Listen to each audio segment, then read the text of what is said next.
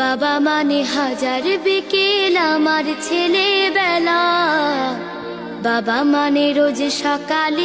রুবায়েত ফাতেমা তনির ছেলে সরফরাজ মনে করে তার বাবা কবরে শুয়ে আছে, আল্লাহ তাকে সুস্থ করে আবার বাসায় পাঠিয়ে দেবে।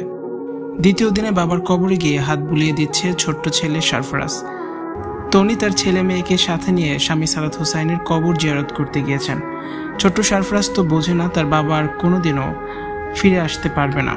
বাবার কবরে হাত বুলিয়ে দিচ্ছে সরফরাজ। সে মনে মনে ভাবে তার বাবা হয়তো আবারও তার কাছে ফিরে আসবে। স্বামী সাদাত হোসাইনের শোকে পাথর হয়ে গেছেন রুবায়েত ফাতেমা তনি, তবুও নিজেকে নিজেই সামলে নিচ্ছেন। তনি তার বৃদ্ধ স্বামীকে অসম্ভব ভালোবাসতেন। ছেলে সরফরাজেরও প্রাণ ছিল তার বাবা সাদাত হোসাইন। দ্বিতীয় দিনে স্বামীর কবর জিয়ারত করতে গিয়ে কান্নায় ভেঙে পড়েন রুবায়েত ফাতেমা তনি। এ সময় বাবার কবরে গিয়ে ছোট্ট ছেলে সরফরাজেরও মন খারাপ হয়ে যায়। সোশ্যাল মিডিয়াতে তনি এই ঘটনা নিজে শেয়ার করেছেন।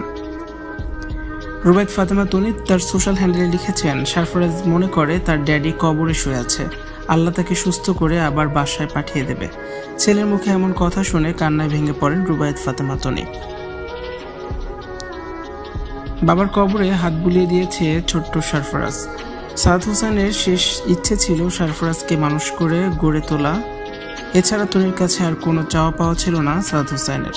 স্বামীর অসুস্থতায় সর্বস্ব বিলিয়ে দিয়েছেন রুবায়েত ফাতেমা তনি। তনি জানান 6 কোটি টাকা শুধু হাসপাতালেরই বিল দিয়েছেন তিনি। এছাড়া সাদাত হোসেনের মৃত্যুর 2 দিন আগেও ব্যাংকক যাওয়ার আগে 70 ভরি স্বর্ণ বিক্রি করেছেন তনি। স্বর্ণ বিক্রি করে 90 লক্ষ টাকা ক্যাশ নিয়ে ব্যাংকক ছুটে যান স্বামীর কাছে। সংসার জীবনে অল্প সময়ে দুজনের সুন্দর সুন্দর অনেক স্মৃতি রয়েছে, যা নিয়েই বাকিটা জীবন কাটাতে চান রুবায়েত ফাতেমা তনি।